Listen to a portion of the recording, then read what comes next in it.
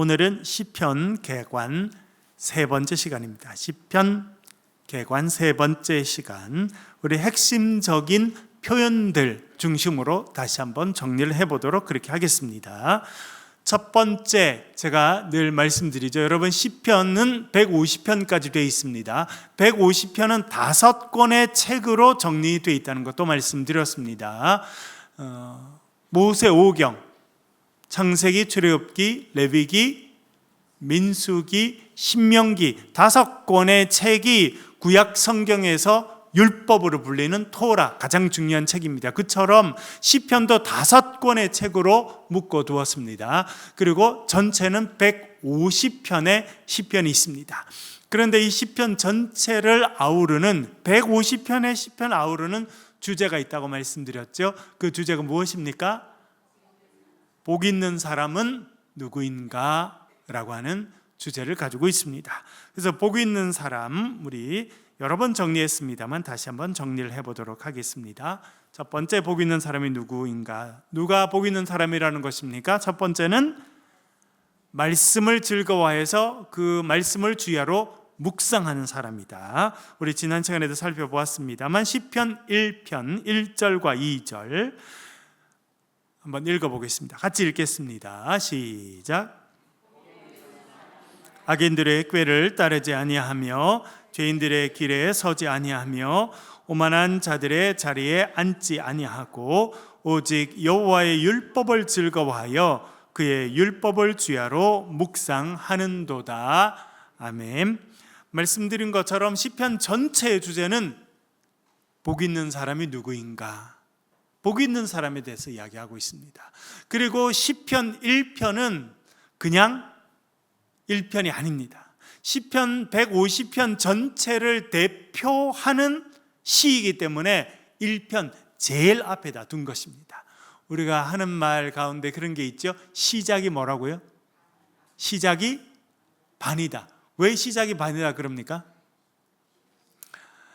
제가 어릴 때 사진을 찍었습니다. 저희 아마 외삼촌이 오셔서, 그 당시 제가 어릴 때는 저희 집에 전기도 안 들어왔으니까 사진기 이런 거는 생각지도 못했는데, 하루는 제가 초등학교 들어가기 전이었던가 봐요. 근데 겨울쯤 됐는데 아마 제 생각에는 이런 설날 지나고 그럴 때쯤이었던 것 같은데, 삼촌이 갑자기 카메라를, 본인 거는 아니고 이제 아마 빌려왔나 봐요. 그리고 사진을 찍어주겠다 그래서 사진을 찍은 거예요. 여러분, 사진을 몇 년에 한 번도 찍기 어려울 때 사진을 찍으면 예쁜 옷을 입어야겠습니까? 그냥 내복 입은 채로 가서 찍어야겠습니까? 겨울이니까 내복 입고 있었잖아요, 어릴 때.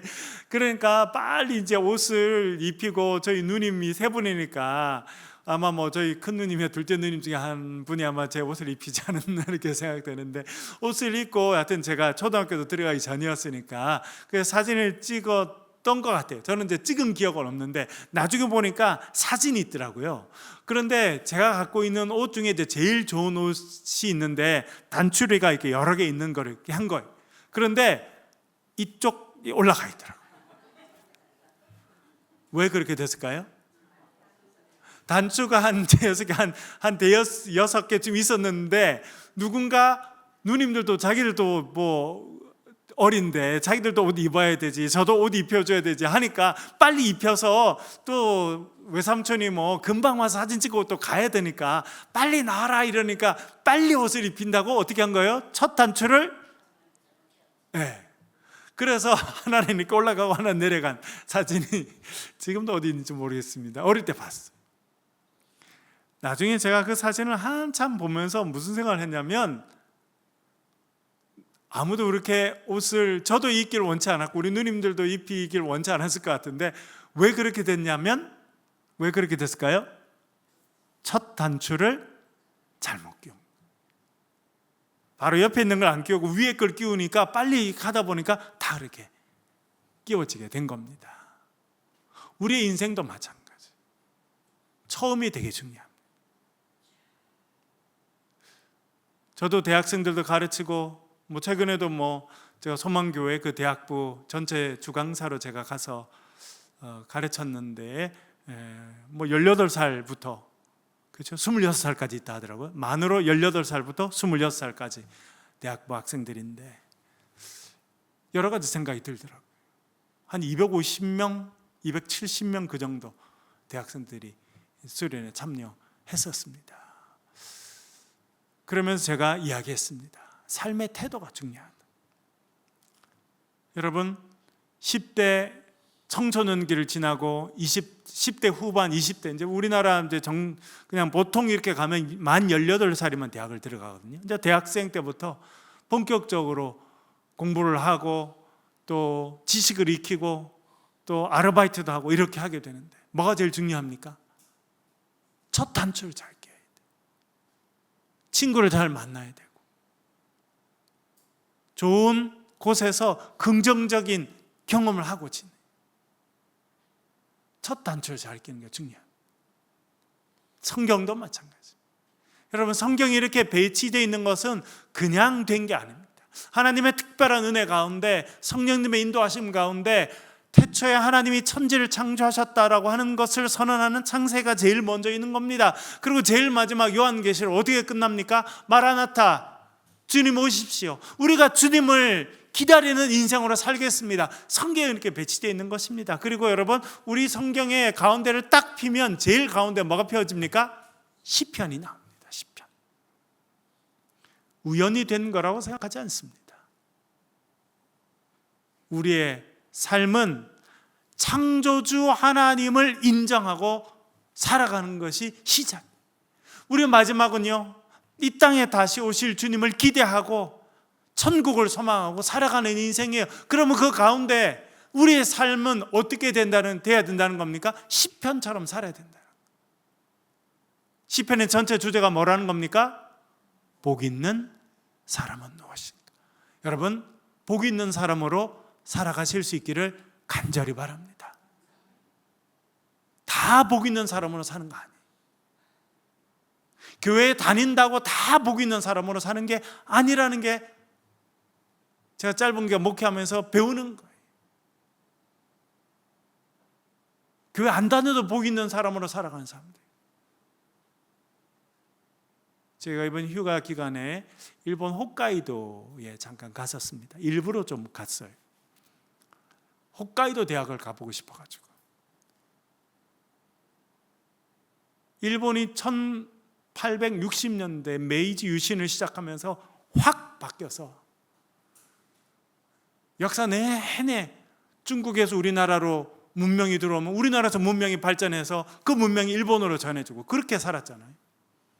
그러나 1860년대 메이지 유신을 통해서 일본이 완전히 새로워져서 결국 일본이 우리나라를 치고 중국을 치고 이 아시아 지역에 특별히 동남아시아의 절반 이상을 다 차지하고 미국과 경쟁해서 군사적으로 더 앞서는 나라까지 발전하게 된 것, 그것이 일본의 역사입니다. 도대체 그 역사 시작에 뭐가 있었는지 늘 궁금한데 그 중에 중요한 사람이 등장하게 되는데 그 사람이 설립한 학교가 홋카이도 대학이라는 데입니다.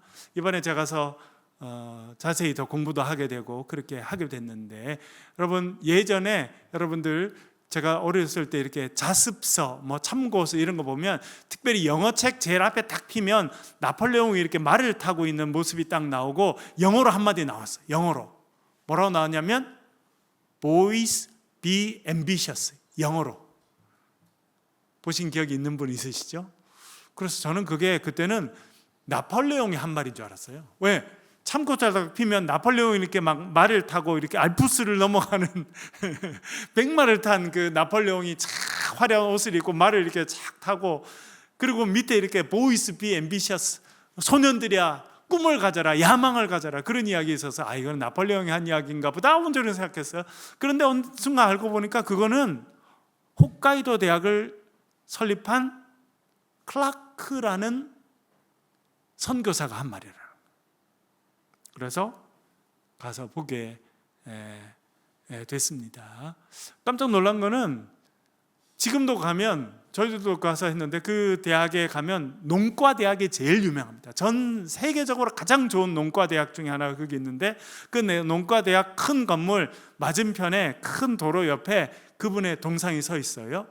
그래서 우리도 가서 사진을 찍었는데 사람들이, 관광객이 와서 다 그 앞에서 사진을 찍어요.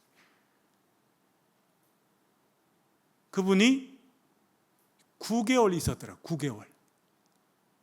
1년도 안 있었어요. 그분은 벌써 매사추세츠에 있는 대학의 농과대학 학장으로 있고 아주 뛰어난 과학자고 농학자인데 일본 정부에서 초청한 거예요. 그래서 홋카이도 대학, 그 전에 삿포로 농과대학을 그분이 시작하면서, 그것이 지금의 일본 최고 명문 중에 하나인 홋카이도 대학으로 발전하게 됐는데, 깜짝 놀란 건 9개월밖에 없어요. 9개월. 그런데 그분의 영향이 지금까지도 일본에 남아있는. 그리고 그분이 떠날 때에 했던 말이 Boys be ambitious. 너희들은 꿈을 가져라, 야망을 가져라. 그래서 그것이 일본 정부가 발전함에 있어서 국가의 모토로 삼은 말이 그 클라크 선교사님한테서 온 이야기들. 이번에 또 더 알게 된 것은, 일본이 여러분 신사를 섬기는 불교의 나라이면서도, 불교도 일본식 불교에다가 신사, 조상신을 섬기는 그런 나라인데, 그 대학은 처음에 와서 이분이 대학 입학한 모든 학생들은 무조건 크리스찬이 되고 무조건 자기 신앙을 고백하게 하고, 그러고 다 교육을 시켰더라고요. 9개월 있었어요. 근데 그분의 숨결과 그분의 헌신은 지금도 일본에 남아있고, 그것이 이제 우리나라가 일본의 영향을 받으니까, 우리가 어릴 때 교과서 영어책 같은 거 피면 Boys be ambitious, 저는 그게 나폴레옹이 한 말인 줄 알았더니 그 클라크 선교사님이 와서 했던 일이에요. 그러면서 홋카이도 지역이라는 게 엄청 넓은 지역인데 사람들은 얼마 안 사는 지역인데, 거기에 대학의 기초가 되고, 그것이 지금의 삿포로를 중심으로 하는 엄청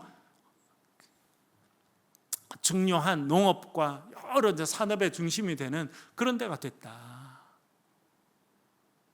그분이 9개월밖에 안 와 있었지만 대학의 기초를 놓으면서, 너희들은 과학적인 생각을 하고 성실하게 살고 기독교 신앙을 갖고 특별히 기독교 윤리적으로 살아가라. 거짓말하면 안 되고 정직하게 일하고 아침에 일어나서 기도하고 감사로 마무리하고, 그런 거를 훈련시킨 거예요. 그 첫 번째 제자 중에 한 명이 우찌무라 간조라는 사람입니다. 우찌무라 간조는 우리 한국 기독교에 절대적인 영향을 끼친 사람 중에 한 분이거든요. 장기려 박사 아시죠, 여러분? 부산의 복음병원. 그분들이 다 우찌무라 간조의 영향을 받은 거예요. 근데 우찌무라 간조는 그 클라크 선교사님의 첫 번째 제자 중에 하나들. 그분이 와서 황폐한 지역이었던 거기에 농업학교를 세우면서 기독교 신앙을 심고 삶의 윤리를 심고, 아침에 일어나서 말씀을 보고 기도를 하고 감사하게 하고, 그리고 성실하게 공부하고 열심히 살도록 그렇게 훈련을 시켰는데, 그게 기초가 돼서 엄청난 유산으로 남게 됐다. 제가 이번에 생각을 참 많이 하게 됐습니다. 단추를 잘 깨. 젊은이들이 단추를 잘 깨. 그래서 요즘에 우리도 그렇고, 우리나라 이제 얼마나 위기입니까? 우리 위기는 사람들이 덜 태어나가지고 지금 통계적으로 하면 2300년쯤 되면 우리나라 없어지는 나라입니다. 2300년. 통계적으로 지금 통계로 가면 2300년 그 조금 넘어가면 우리나라는 이제 사람이 아무도 안 사는 그런 곳으로, 지금 통계적으로는 그래요. 지금 사람이 적게 태어나니까. 지금은 사람이 적어서 청년들 한 명 한 명이 더 중요한데, 이 청년들 한 명 한 명이 정말 제대로 된 마음과 신앙과 그런 생각을 갖고 있는지 너무 중요해요.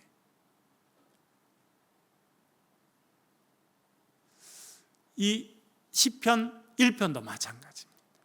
시편 1편, 복 있는 사람이 누군가 이야기하죠. 누구라는 것입니까? 여호와의 율법을 즐거워해서 그 율법을 주야로 묵상하는 사람이다.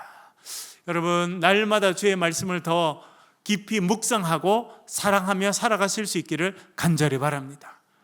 이거 뭐 아침에 성경 읽거나 안 읽거나, 이거 복음록도 하나 안 하나, 뭐 한번 들으면 됐지. 여러분, 그 정도가 아니에요. 이렇게 하는 교회도 많지 않아요. 그러면 들으면 그 중에 내가 또 마음에 남는 부분을 적고, 가장 좋은 거는 여러분들 실제로 읽고 그 중에 내 마음에 닿는 부분들을 내 언어로, 내 묵상한 것으로 적는 거 너무너무 중요합니다. 그것이 하나님의 말씀을 묵상하는 자고, 그렇게 하나님의 말씀을 즐거워하고 묵상하는 자가 복 있는 인생이라는 것입니다. 여러분, 복 있는 인생으로 이 땅을 살아가실 수 있기를 간절히 바랍니다. 그리고 시편 119편 우리가 지난번 읽어보았습니다만 1절, 2절, 97절 한 번 더 읽어보겠습니다. 같이 읽겠습니다. 시작. 행위가 온전하여 여호와의 율법을 따라 행하는 자들은 복이 있으며 여호와의 증거들을 지키고 전심으로 여호와를 구하는 자는 복이 있도다. 주의 율법을 어찌 그리 사랑하는지요, 내가 그것을 종일 작은 소리로 읊조리나이다. 아멘. 지난번에 말씀드린 것처럼 하나님의 율법을 사랑하고 묵상하는 자가 복 있는 자예요. 그리고 여기서는 묵상한다는 걸 읊조린다 이렇게 표현했습니다. 작은 소리로 중얼중얼 하면서 계속 사실은 암송하는 거예요. 암송. 여러분, 어떻게 암송할 수 있습니까? 복 있는 자는 악인의 길을 쫓지 아니하며 죄인의 길을 서지, 이렇게 작은 소리를 계속 하다 보면 암송하게 되잖아요. 그렇죠? 그것이 유대인들은 성경을 묵상하는 방법이었습니다. 작은 소리로 그 부분을 계속 읽어서 그것이 암송이 되고, 암송이 되면 그것을 마음속에 두고 생각을 하고, 그리고 더 그 당시에는 이렇게 적는 것이 어려웠습니다. 종이도 없고 붓도 없고. 근데 지금 시대는 그것이 있기 때문에 우리가 그걸 이제 기록하는 것이죠, 여러분. 그래서 여러분, 한 번 들었다고 말씀 묵상된다, 절대 그런 일 없어요. 안 듣는 것보다 듣는 게 100번 낫지만 듣는 것으로 끝나가지고는 내 마음의 양식으로 남지가 않습니다. 그래서 그것을 내 언어로 이렇게 손으로 기록하는 것이 묵상하는 것이고, 그렇게 하는 것이 복 있는 인생입니다. 두 번째 복 있는 인생, 시편은 두 가지를 이야기하죠. 복 있는 인생은 첫 번째, 주의 말씀을 즐거워해서 말씀을 주야로 묵상하는 사람이다. 두 번째, 누가 복 있는 사람이라고 이야기합니까? 주께 피하는 자다. 시편 2편 12절 하반절 같이 다시 한번 읽어보겠습니다. 시작. 여호와께 피하는 모든 사람은 다 복이 있도다. 아멘. 말씀드린 것처럼 시편 150편은 5권의 책으로 되어 있는데 1권은 1편부터 41편입니다. 대부분은요 다윗의 시예요. 그러나 다윗의 시가 아닌 게 1편과 2편입니다. 왜 대부분의 다윗의 시인데도 다윗의 시가 아닌 것을 제일 첫 번째, 두 번째 놨겠습니까? 왜냐하면 이 150편의 시편에 복 있는 자가 누군지 그에 대한 대답을 담고 있는 것이 1편, 2편이기 때문입니다. 1편에서는 여호와의 말씀을 즐거워하여 묵상하는 자다 알려주고, 2편은 뭐라 그러냐면 여호와께 피하는 자가 복 있는 자다, 그렇게 알려주고 있습니다. 특별히 이것을 주의 날개 아래 피한다, 제가 이렇게 말씀드렸는데요. 그 부분을 한번 좀 살펴보겠습니다. 2페이지 넘어가셔서 그 표현이 제일 먼저 나오는 것은 룻기입니다. 룻기 2장 11절 12절 같이 한번 읽겠습니다. 같이 읽게요. 시작. 보아스가 그에게 대답하여 이르되 내 남편이 죽은 후로 내가 시어머니에게 행한 모든 것과 내 부모와 조국을 떠나 전에 알지 못하던 백성에게로 온 일이 내게 분명히 알려졌느니라. 여호와께서 내가 행한 일에 보답하시기를 원하며 이스라엘의 하나님 여호와께서 그의 날개 아래에 보호를 받으러 온 내게 온전한 상 주시기를 원하노라 하는지라. 아멘. 여기에 여호와의 날개 아래 보호 받으러 왔다라는 표현이 나오게 되고, 그래서 여호와께 피한다라고 하는 것은 여호와 날개 아래 피하는 것이다, 그렇게 말씀을 드렸습니다. 그런데 여러분 보세요. 보아스가 지금 룻에게, 우리 이 룻기를 묵상하는 여러 번 하였습니다만 룻이 이때 몇 살쯤 됐겠습니까? 결혼해서 몇 년을 살았는데 남편이 죽게 됐습니다. 그리고 이제 시어머니와 함께 베들레헴에 오게 됐습니다. 그러면 몇 살 때쯤 됐겠습니까? 정확하게는 알 수 없습니다. 그러나 그 당시 여러분 우리나라 한 150년, 200년 전에 몇 살에 결혼했습니까?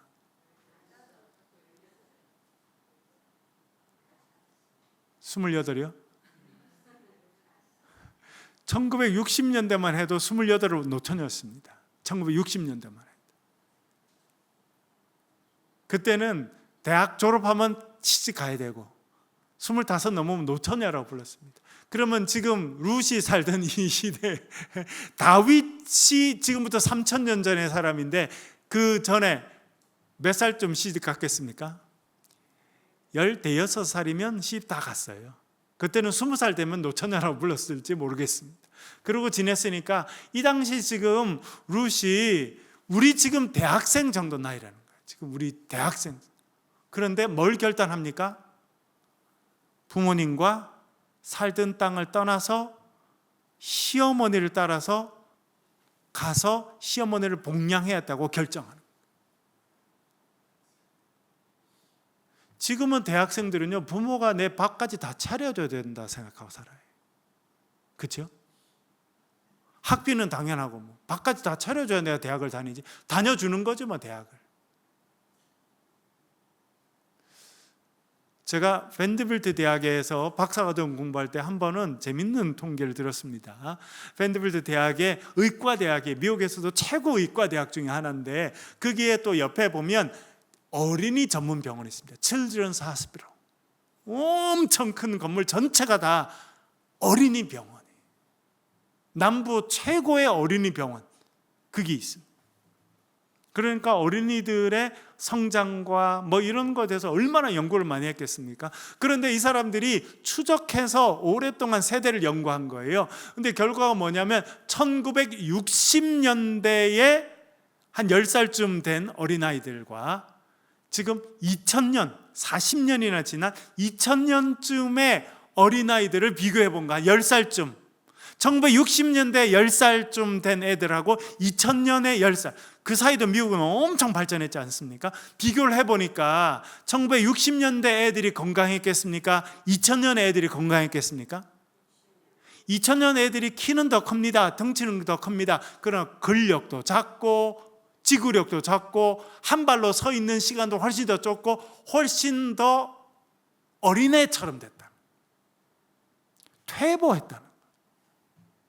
애들이 덩치는 더 커졌는데 훨씬 더 잘 먹고 해서 애들은 키는 커지고 덩치는 커졌는데 사회성도 퇴보하고 신체적인 능력도 퇴보하고 덩치만 커지 모든 게 퇴보했다라고 하는 결론에 이르게 됐다는 이야기를 하는 거예요. 그래서 왜 그렇게 됐느냐? 연구를 했지 않겠습니까? 왜 그렇게 됐겠습니까? 부모의 과보호로 인해서. 미국도 2차 대전 참여하고 한국 전쟁이 일어나니까 한국에서 얼마나 많은 사람들이 미국 군인들만 20만 명 이상은 파병됐습니다. 수많은 사람은 죽었고 수많은 사람은 얼마나 어려운 시간을 보냈어요. 그래서 미국도 60년대 그때는 아이들을 그렇게 잘 돌보지 못해 너희들이 알아서 놀아라 이렇게 해서 그냥 약간 어떻게 보면 방치하고 지냈던 거예요. 그런데 미국이 70년, 80년대 잘 살게 되면서 아이들에게 좋은 걸 먹여주고 좋은 걸 입혀주고 좋은 시설을 해주니까 애들이 키는 더 컸는데 정신적인 능력도 퇴화하고 육체적인 능력도 퇴화하고 다 퇴화하는 결과를 낳게 됐다. 우리나라 이렇게 잘 살잖아요, 여러분. 근데 청년들은 약해졌어요. 의지력도 별로 없어지고. 여러분들은 대학 어떻게 다니셨습니까? 여러분 때보다 저는 훨씬 더 좋은 때 다녔지만 저도 대학 때 아르바이트를 한 번도 쉬어본 적이 없어요. 매 학기 최소 하나에서 2개, 3개까지 하고 지냈지 그냥 지내지 않았거든요. 이 룻이라고 하는 사람이 축복의 통로로 쓰임받게 되잖아요. 하나님의 날개 아래로 온 너희, 여러분 하나님의 날개 아래로 오기로 룻이 결정했을 때가 지금 대학생 정도라니까요. 여러분, 부모를 버리고 자기가 태어나서 살았던 땅을 버리고 시어머니를 따라서 낯선 곳으로 가고, 그곳에 가서 시어머니가 섬기는 그 하나님의 날개 아래에 내가 보호를 받아야겠다라고 결정한 이 룻에게 보아스는 축복해 줍니다. 하나님의 날개 아래로 보호받으러 온 너에게 하나님의 상 주시길 원하십니다. 여러분, 뭘 이야기하냐면 하나님의 상과 은혜는요, 우리에게 은혜로 주어지는 거지만 조건이 있습니다. 아무한테는 주는 건 아니에요. 할만해야 되는 거예요. 믿음이 있어야 되는 거예요.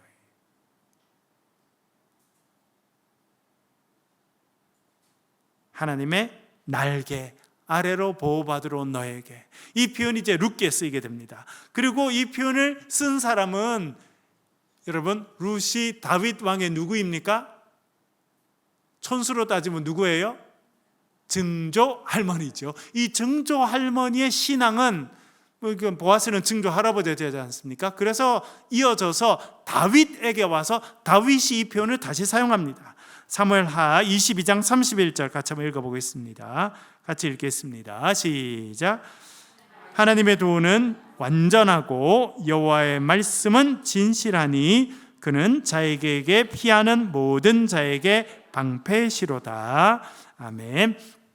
그래서 다윗은 하나님께 피하는 자에게 하나님의 방패가 되어주신다. 여러분, 이것도 하나님이 그냥 방패가 되는 게 아니라는 거예요. 가만히 그냥 있다 보면 어떻게 되겠지, 그렇게 아니라는 거예요. 뭘 해야 됩니까?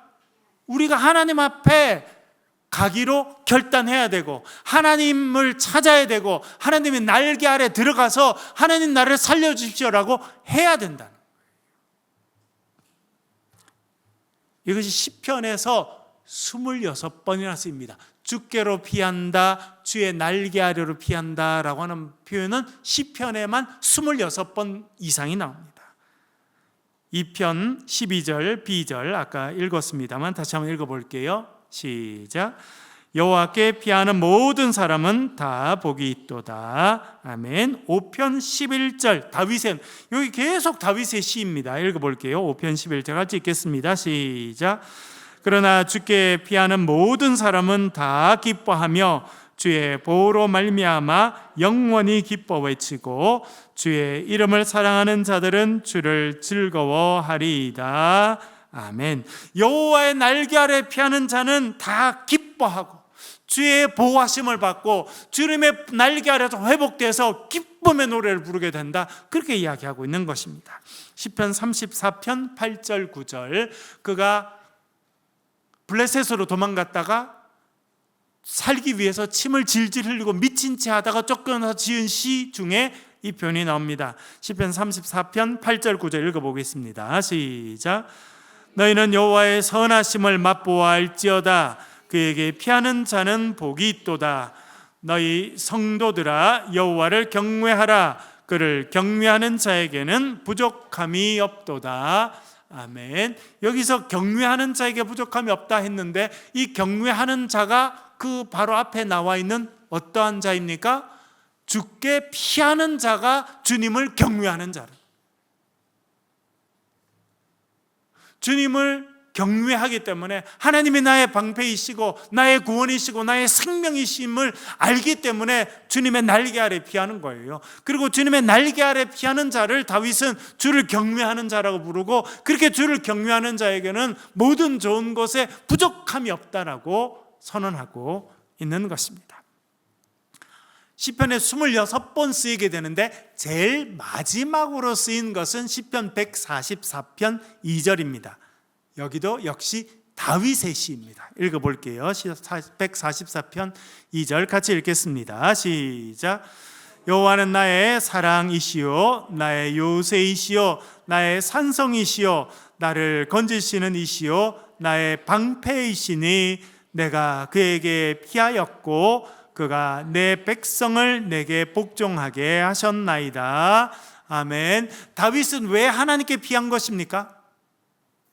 하나님이 나의 방패, 이시기 때문에, 나의 산성이시기 때문에, 나의 요새이시기 때문에, 여러분, 하나님이 다윗에게서는 산성이고 피할 바위이고 내가 숨을 곳이고 나를 보호해 주시는 분이시고 나를 살려주시는 분이라고 하는 확신이 있었기 때문에 하나님께 피하게 된 거예요.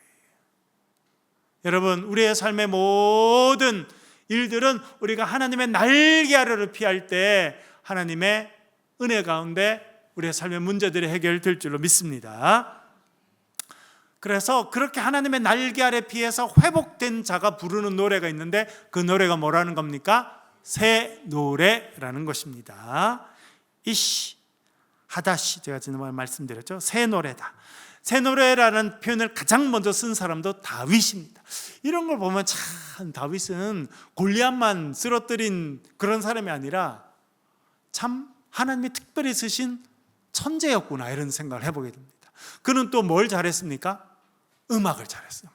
우리 권주영 집사님도 여기 영챔버 오케스트라 이번에도 그래도 발표도 참 멋지게 하시고 제가 부럽더라고요. 야, 얘들은 참 복 있네. 7국에 사는 애들인데 우리 권주영 집사님까지 훌륭한 또 음악가의 지도를 받고 있잖아요. 얼마나 좋은지. 제가 좀 그랬으면 제 인생 많이 달라지지 않았을까. 저는 제대로 된 악기도 고등학교 졸업할 때까지 잘 못 봤다는 거예요. 다윗이요, 어릴 때부터 악기를 연주하고 음악을 하는 사람이었습니다. 제가 말씀드리죠. 여러분, 그리스 로마 시대 때 귀족들이 애들한테 어릴 때 뭘 가르치냐면 두 개를 가르쳤습니다. 운동을 가르치고 음악을 가르치고. 수학은 안 가르쳤습니다. 왜? 나중에 배워도 괜찮아요. 그러나 어릴 때부터 음악을 가까이 하게 하고 운동을 하게 하고 그랬다. 근데 우리는 애들이 어릴 때부터 뭐 합니까? 학원에 다니고 수학을 배우고 이렇게 하니까 애들이 젊은 애쯤 되면 우울해진 것 같아요. 우울해져. 운동 안 하지, 음악 안 하지. 그러니까 애들이 우울하니까 매일 컴퓨터 게임만 하니까 더 우울해지고. 컴퓨터 게임의 대부분 내용 뭡니까? 죽이는 거예요.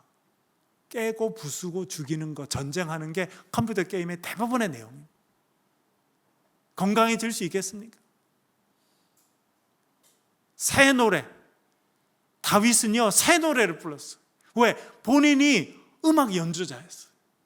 늘 수금을 켜면서 하나님을 찬양하고, 하나님을 찬양하면 하나님이 기쁘게 받으시고 자기에게 새 힘을 주신다는 걸 알게 됩니다. 특별히 그가 하나님의 날개 아래 피해서 그 하나님의 날개 아래서 구원을 체험하고 하나님 은혜를 체험하고 새 노래를 부르게 됩니다. 그래서 새 노래라는 단어는 역사에서, 적어도 성경에 보면 역사에 처음으로 다윗이 쓰게 됩니다. 시편 33편 3절, 지난 시간에 설교로 말씀드렸습니다만 읽어보겠습니다. 시작.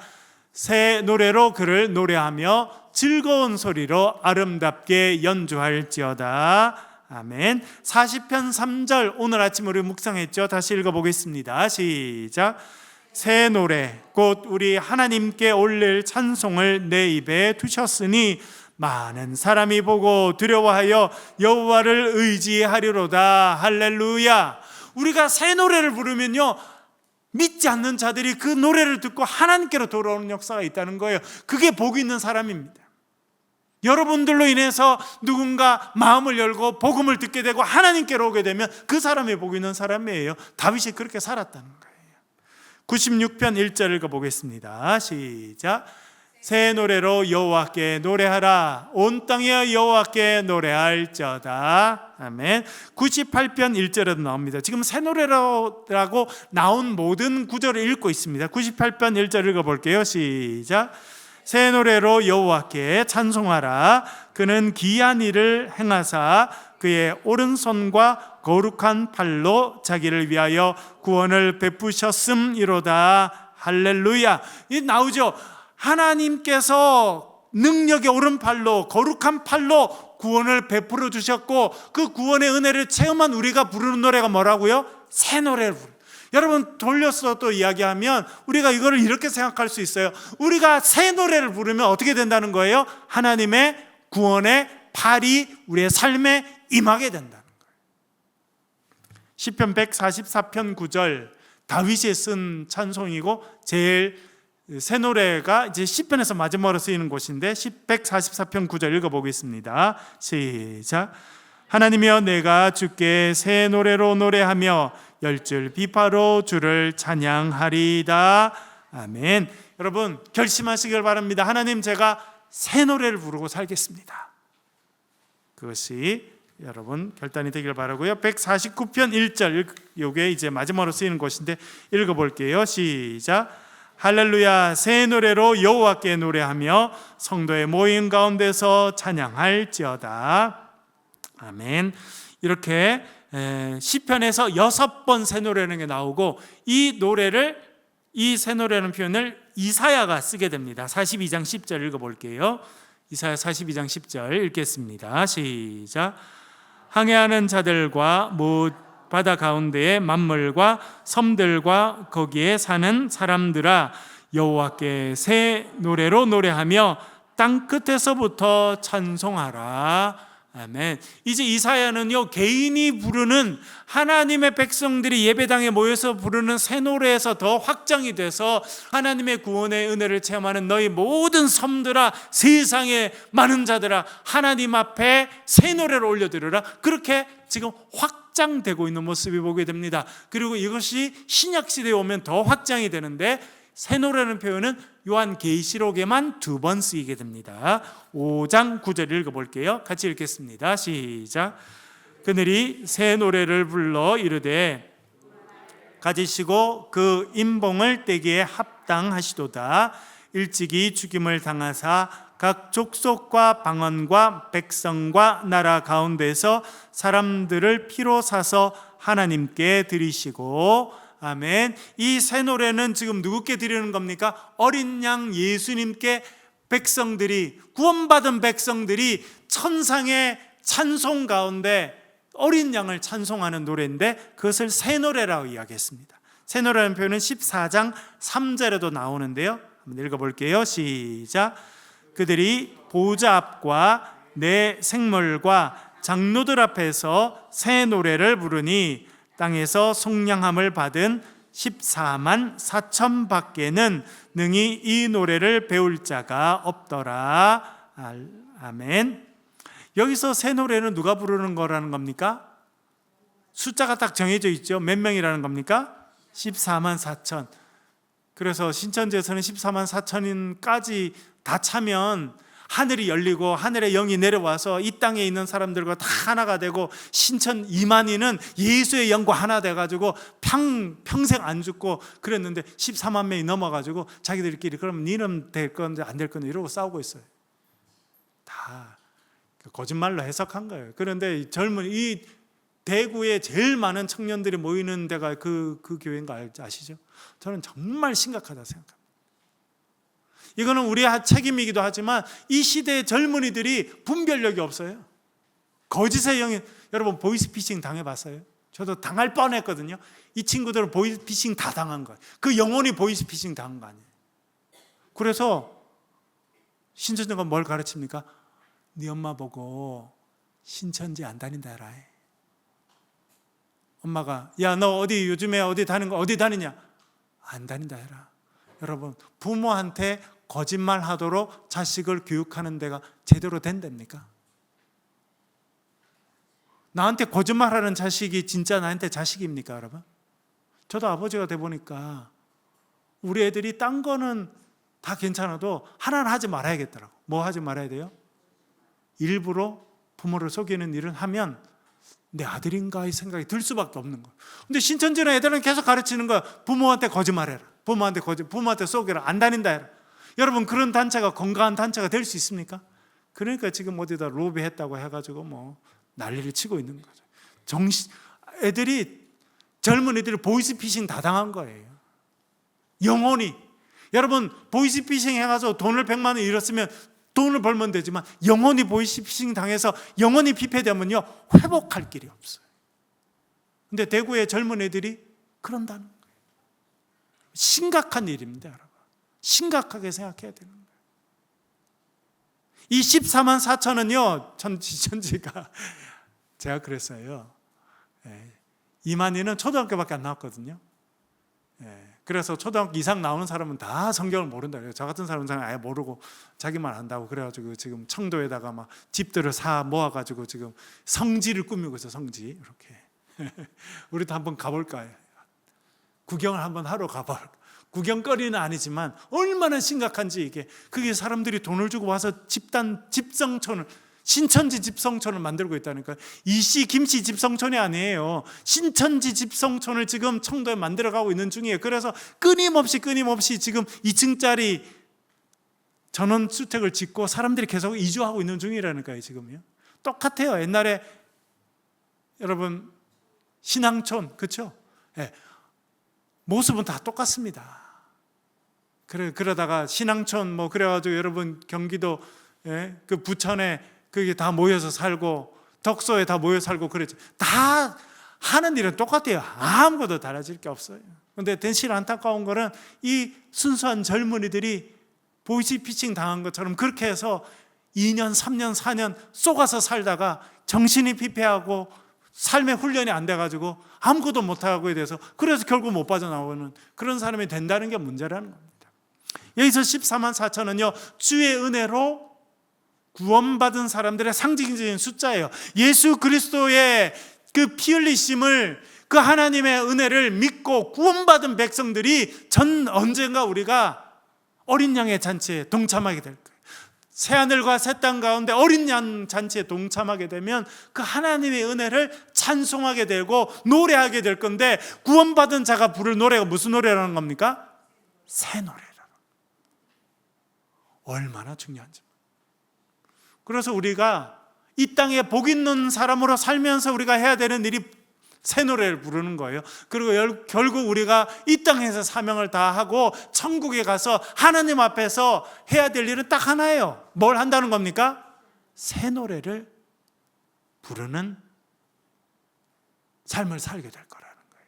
그것이 지금 성경이 말하고 있습니다. 그래서 제가 이번에도 묵상하면서 깨닫게 되는 거예요. 하나님께서 왜 우리에게 복 있는 인생이 되라고 말씀하시느냐? 복 있는 인생이 되면 이 땅에서 새 노래를 부르게 되고, 여러분 오늘 아침 묵상한 것처럼 다윗이 새 노래를 했더니 예수 안 믿고 하나님을 알지 못했던, 은혜를 알지 못했던 백성들이 하나님을 알게 되고 하나님을 두려워하게 된다는 거잖아요. 그렇죠? 그리고 요한계시록 뭐라 말씀하십니까? 우리가 이 땅에서 사명을 끝마치고 저 천국에 이르면 우리가 다 모여서 새 노래를 부르는 하나님의 백성이 될 거다. 그렇게 말씀하는 것입니다. 이 땅에서도 새 노래를 부르고 장차 천국에서 새 노래를 부르는 복 있는 인생으로 살아가는 저와 여러분 되시길 주의 이름으로 간절히 축원합니다. 우리 기도하겠습니다. 말씀을 가지고 우리 같이 한번 기도하겠습니다. 하나님, 복 있는 인생으로 살게 하여 주시고 새 노래를 부르는 인생이 되게 하시고, 우리가 새 노래를 부를 때 우리 주위에 있는 많은 사람들이 그 소리를 듣고 하나님을 두려워하는 백성으로 바뀌어질 수 있도록 도와주시옵소서. 우리 새로 소리를 내 통성으로 같이 한번 기도하겠습니다. 기도하십시다. 아버지 하나님,